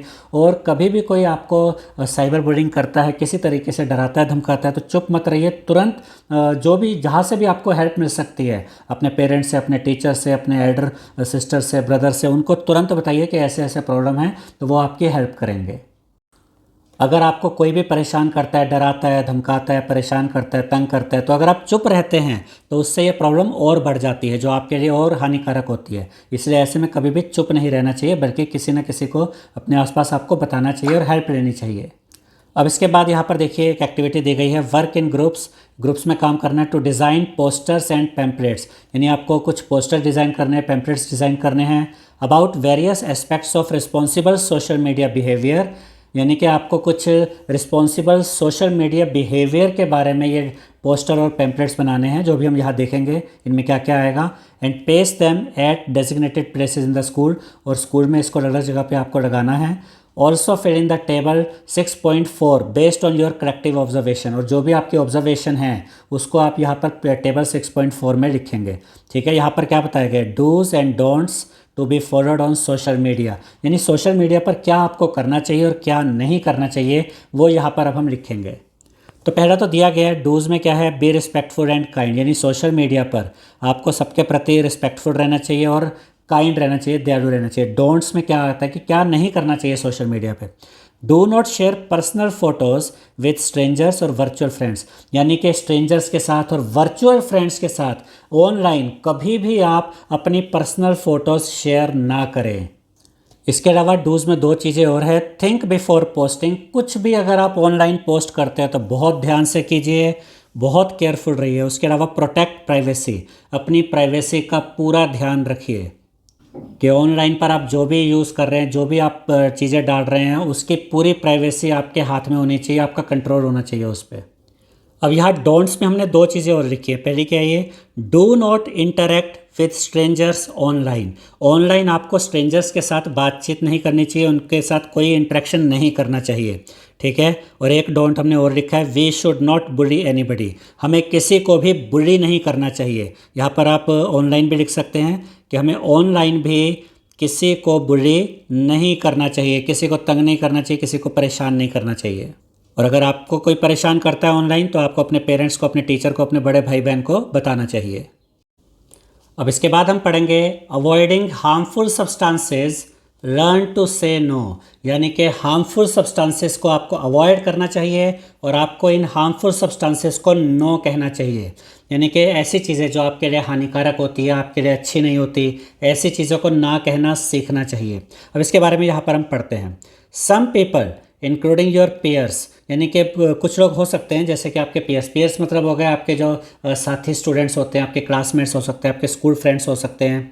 मे टेम्प्ट, परस्यूड, फोर्स और create pressure on you to consume harmful substances, यानी कि आपके ऐसे क्लासमेट्स हो सकते हैं, आपके फ्रेंड सर्कल में ऐसे बच्चे हो सकते हैं, ऐसे लोग हो सकते हैं जो कि आपको उकसाएं, आप पे प्रेशर डालें, आपको फोर्स करें कि आप ये हार्मफुल सब्सटेंसेस को यूज़ करना स्टार्ट करें।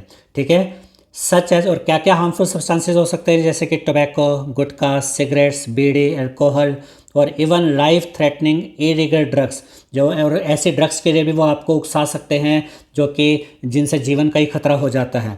तो ऐसी चीज़ों को पूरी सख्ती के साथ ना कहना चाहिए, और अगर कोई भी आपको प्रेशराइज़ करता है इन चीज़ों को कंज्यूम करने के लिए तो अपने टीचर्स को बताना चाहिए, अपने बड़े भाई बहनों को, अपने माता पिता को तुरंत बताना चाहिए। Since adolescence is marked by curiosity, अब क्योंकि एडोलसेंस एक ऐसा पीरियड है आपके लाइफ का जिसमें बहुत क्रियोसिटी होती है, मन करता है नई नई चीज़ों को खोजने का, नई नई चीज़ों के बारे में जांचने का, लेकिन हर चीज़ को जांचना ज़रूरी नहीं होता। अगर कोई चीज़ आपके लिए खतरनाक है तो ज़रूरी नहीं है कि पहले आप उसे जांचेंगे ही। ठीक है, since adolescence is marked by curiosity and excitement, अब एडोलसेंस पीरियड में क्रियोसिटी और एक्साइटमेंट बहुत ज़्यादा होती है। Adolescents might get influenced by such people and try this substances, तो हो सकता है कि एडोलसेंट्स जो हैं वो ऐसे लोगों से प्रभावित हो जाए और इन चीज़ों को ट्राई करें, लेकिन आपको ऐसा बिल्कुल भी नहीं करना चाहिए, और हर चीज़ के बारे में अपने पेरेंट्स से, अपने टीचर से, अपने बड़े भाई बहनों से शेयर करनी चाहिए इन्फॉर्मेशन। जितनी भी चीज़ें यहाँ पर हमने ये हार्मफुल सब्सटेंसेस देखे हैं, जितने भी टोबैको हो गया, गुटखा हो गया, सिगरेट हो गई, बीड़ी, अल्कोहल और इलीगल ड्रग्स जो होती हैं, ये सब आपके लिए फिज़िकली, मेंटली बहुत ही हार्मफुल होती है, बहुत हानिकारक होते हैं। ठीक है, these substances are not just harmful to physical and mental health, अब यहाँ पर तो ये बताया गया कि ये फिजिकल और मेंटल हेल्थ के लिए तो हार्मफुल होते ही हैं, लेकिन और भी चीज़ों के लिए हार्मफुल है, बट आर ऑल्सो एडिक्टिव, आप इनके आदी हो जाते हैं, एडिक्टिव हो जाते हैं, फिर इनको अगर इनकी लत लग जाए तो छोड़ना मुश्किल हो जाता है। This means that once people start consuming them they develop a strong urge to take them again and again, यानी एक बार आपको इनकी आदत लग गई, आपने इनका कंज्यूम करना शुरू कर दिया इन चीज़ों को, तो ये आपके एक ज़रूरत बन जाते हैं और आपको बार बार लेना पड़ता है, तो आप इनसे पीछा नहीं छुड़ा पाते। इसलिए स्टार्टिंग में ही ना कहना सीखिए कि हमें ये आदत डालनी ही नहीं है। Over time they start using them regularly, और फिर एक ऐसा समय आ जाता है कि जिनको भी इसकी आदत पड़ जाती है वो इन चीज़ों को रेगुलरली यूज़ करना उनको उनकी ज़रूरत बन जाता है, फिर वो उनके बिना रह ही नहीं सकते, रेगुलर यूज़ करना शुरू कर देते हैं। This is called substance abuse, इस चीज़ को हम कहते हैं सब्सटेंस एब्यूज़। अब यहाँ पर देखिए, someone who is addicted today, अगर आज के समय पर कोई भी व्यक्ति किसी बुरी चीज़ का आदी है, उसका एडिक्टेड है, might have started once with just one time, तो उसकी स्टार्टिंग ऐसे हुई होगी, एक बार करके देख लेते हैं, एक बार ये सिगरेट पी कर देख लेते हैं, एक बार ये अल्कोहल पी कर देख लेते हैं, स्टार्टिंग ऐसे ही होती है और फिर वो एडिक्शन बन जाता है और फिर वो आपको मेंटली और फिजिकली बहुत ज़्यादा नुकसान पहुंचाता है। इसलिए ये जो होता है ना, एक बार करके देख लेते हैं, ये भी नहीं करना चाहिए। ठीक है, say no to addictive substances the first time and every time, यानी पहली बार में ही मना कर दीजिए और हमेशा मना कीजिए, कभी ट्राई करने की कोशिश मत कीजिए। अब यहाँ पर आपको ये लंग्स के बारे में दिखाया गया, condition of the lungs before and after prolonged exposure to bidi, cigarette, smoke, यानी कि जब आप बीड़ी, सिगरेट वगैरह कुछ नहीं लेते तो आपके लंग्स देखिए कितने अच्छी पोजीशन में होते हैं, कितनी अच्छी कंडीशन में होते हैं, लेकिन जब आप बीड़ी, सिगरेट ये सब पीना शुरू कर देते तो एक टाइम आता है आपके लंग्स की ऐसी हालत हो जाती है। तो आप खुद सोचिए कि ये चीज़ें आपके लिए कितनी खतरनाक होती हैं। तो ऐसी चीज़ों को, ऐसे हार्मफुल सब्सटेंसेस को स्टार्टिंग में ही नो कर दीजिए और हमेशा नो कीजिए, कभी ट्राई मत कीजिए।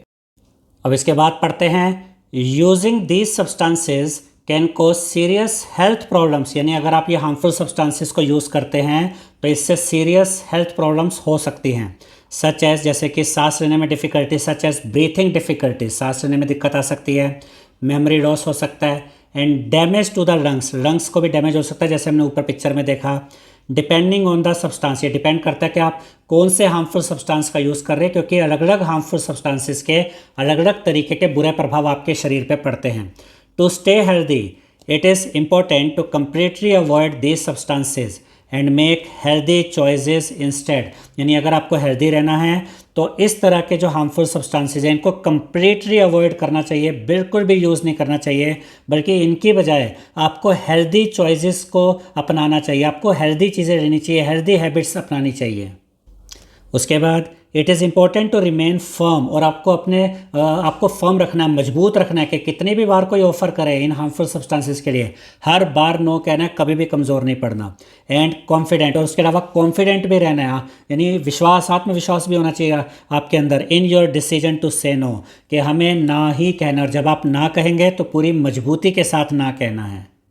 अब आगे देखिए, the first step to overcoming addiction is seeking help. लेकिन अगर कोई आपको पता चलता है, कोई व्यक्ति है, कोई बच्चा है जो आपकी एज का है, जो इस तरह के बुरे सब्सटेंसेस के लिए एडिक्टेड हो चुका है, अब उससे अगर उसे बाहर निकलना है तब क्या करें? तो सबसे पहले ज़रूरी है, पहला स्टेप है, उसे किसी से हेल्प मांगनी होगी, अपने पेरेंट्स से, अपने टीचर से, अपने बड़े भाई बहनों से। उनको बताना होगा कि मेरे साथ ये प्रॉब्लम है, मेरी हेल्प कीजिए। And support from family and friends, उसके अलावा उसको फैमिली और फ्रेंड्स से सपोर्ट की ज़रूरत होगी।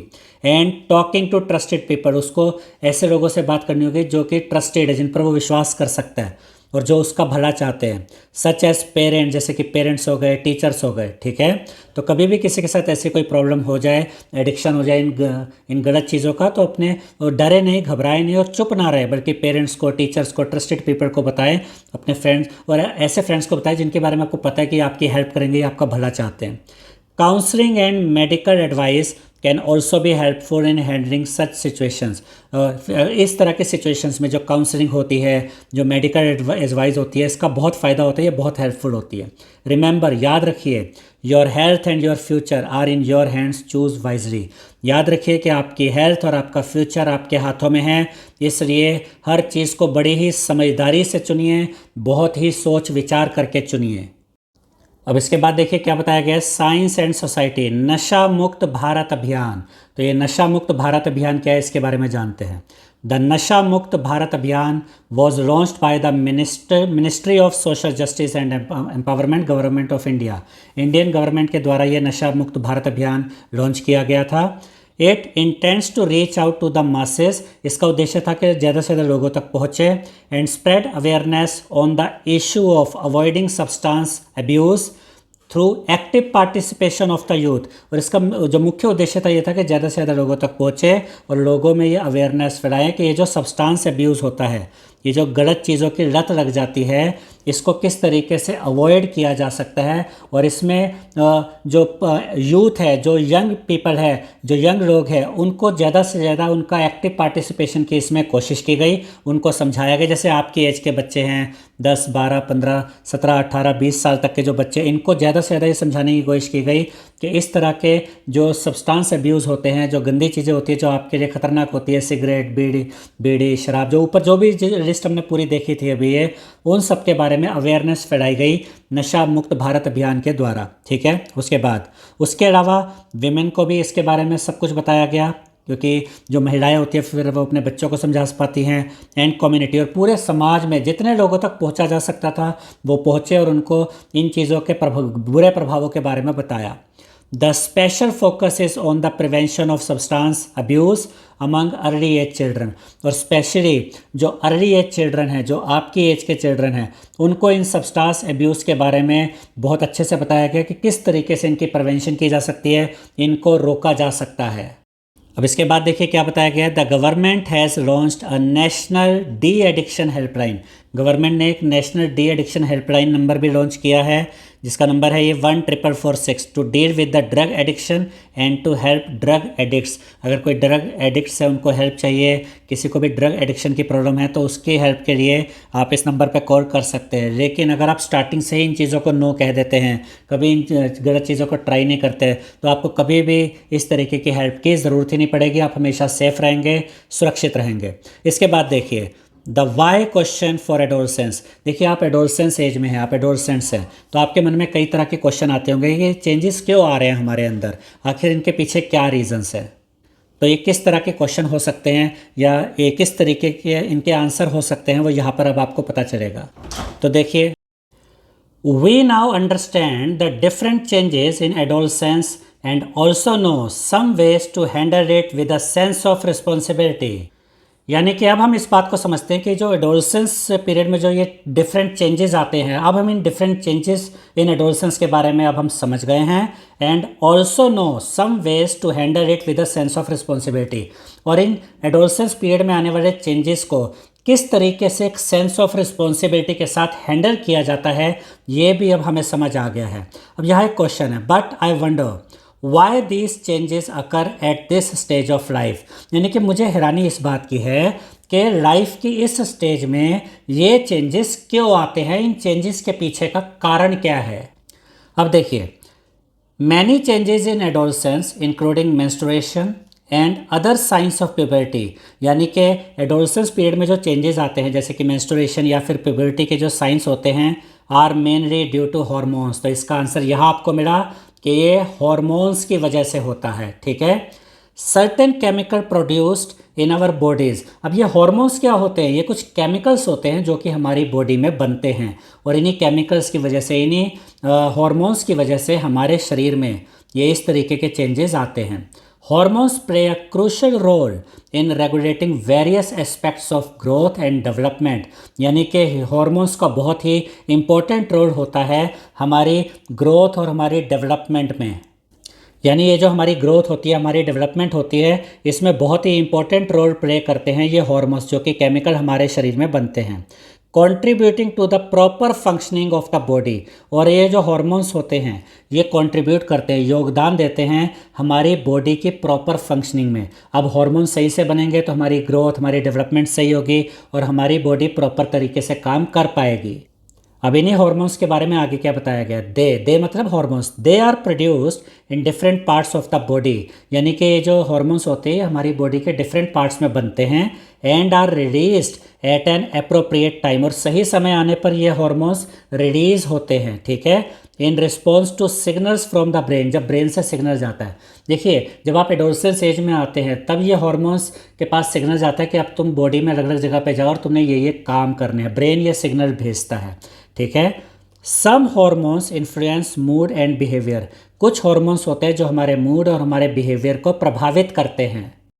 अब इसके बाद देखिए क्या बताया गया है, बाय स्टेइंग इन्फॉर्म्ड। यानी अगर आपको सही इन्फॉर्मेशन मिलती है, आपको ये जो चेंजेस आ रहे हैं एडोलसेंस पीरियड में इन सब के बारे में सही जानकारी आपके पास है, seeking support and guidance when needed. और जब भी आपको ज़रूरत हो और आपको सही समय पर सपोर्ट मिल रहा है, सही सपोर्ट मिल रहा है, सही गाइडेंस मिल रही है, एंड मेकिंग हेल्दी डिसीजंस। और अगर आप हेल्दी डिसीजंस लेते हैं, सही डिसीजंस लेते हैं, you can build a strong foundation for your life ahead. तो फिर आप जो आपका आगे आने वाला जीवन है, आप उसका एक स्ट्रॉन्ग फाउंडेशन बिल्ड कर सकते हैं। अपने आने वाले जीवन की आप एक मजबूत नींव बना सकते हैं अगर आपके पास सही इन्फॉर्मेशन है, सही सपोर्ट है, सही गाइडेंस है और आप अगर सही डिसीजंस लेते हैं तो आप एक मजबूत नींव बना सकते हैं अपने आने वाले जीवन के लिए। अब इसके बाद यहाँ पर इस चैप्टर की समरी दी गई है। जितने भी पॉइंट्स यहाँ पर दिए गए इन सभी पॉइंट्स को आप ज़रूर रीड कीजिएगा।